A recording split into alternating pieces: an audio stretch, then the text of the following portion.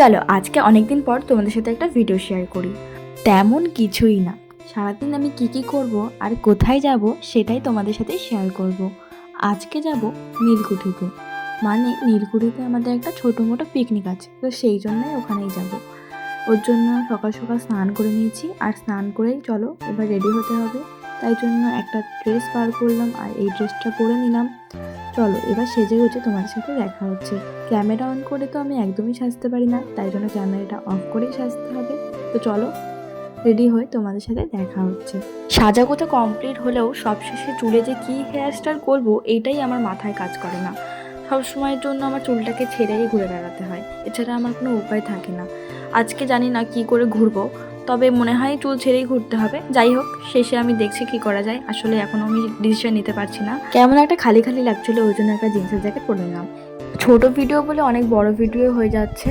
এরপর চলে যাব হচ্ছে আমরা নীলকুঠিতে। বেরিয়ে পড়ছি বাড়ি থেকে এখন। এবার বাইকে উঠবো, বাইকে উঠে একদম সোজা নীলকুঠিতে যাব।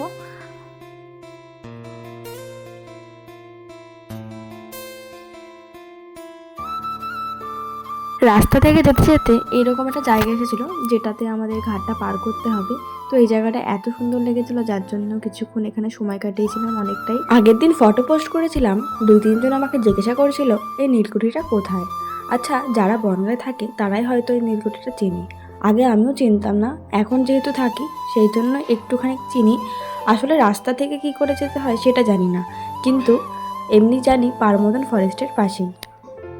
ওইখানে কিছু সময় কাটিয়ে চলে আসলাম নীলকুঠিতে। আর এইখানে হচ্ছিল আমাদের ছোটো মোটো একটা পিকনিক।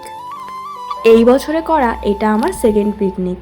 প্রথমে পিকনিকে ভেবেছিলাম একটু ভিডিও বানাবো, কিন্তু সেইভাবে আর হয়নি।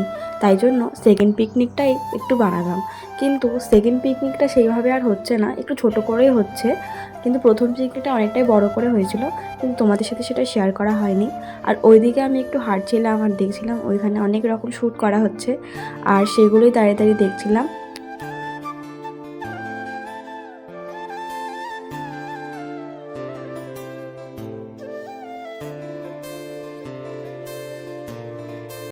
শুটিং দেখতে দেখতে খুব খিদে পেয়ে গেছিলো, তাই চলে আসলাম পেয়ারা মাখা খেতে। পেয়ারা মাখা খেতে এসে দেখলাম ওদিকে জিমতে শুটিং হচ্ছে, মানে প্র্যাঙ্ক শ্যুট হচ্ছে। ওই জন্যই মারামারি করছে ওরা। যাই হোক, ওটাই আর কি দাঁড়িয়ে দেখছিলাম। ওরা যেই ভিডিওটা এখন শ্যুট করছে সেটা হয়তো ওরা ফেসবুক বা ইউটিউবে পোস্ট করবে, তোমরা দেখতেই পেয়ে যাবে। এগুলো দেখতে দেখতে আমাদের পেয়ারা মাখাটাও এদিকে হয়ে গেছিলো, তাই পেয়ারা মাখাটা নিয়ে চলে গেলাম একটা বসার জায়গায়, গিয়ে খেয়ে নিলাম। খাওয়ার পর ভাবলাম একটু নীলকুঠির ভেতর থেকে ঘুরে আসি, কিন্তু তার আর উপায় নেই, নীলকুঠিটা নো এন্ট্রি করে দিয়েছে। তাই জন্য আমরা আবার পিকনিক স্পটে ফিরে আসলাম। এসেই দেখছি এখানে খুব ধুমধাম নাচ হচ্ছে, তো আর কি নাচ দেখছিলাম।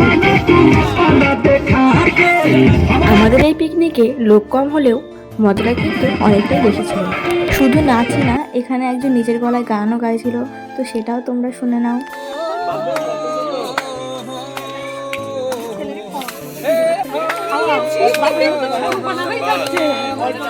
जरा सी दिल में दे जगह, जरा सा अपना ले बना, जरा सा ख्वाबों में सजा। ওনার গান তোমাদের কেমন লেগেছে তোমরা কিন্তু কমেন্টে অবশ্যই বলো।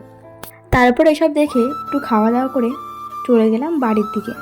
তার মাঝখানে একটু দাঁড়িয়ে পড়লাম, কারণ ওদের সাথে দেখা করতে গেছিলো আমার বর, সেই জন্যই আর কি আমি বসেছিলাম।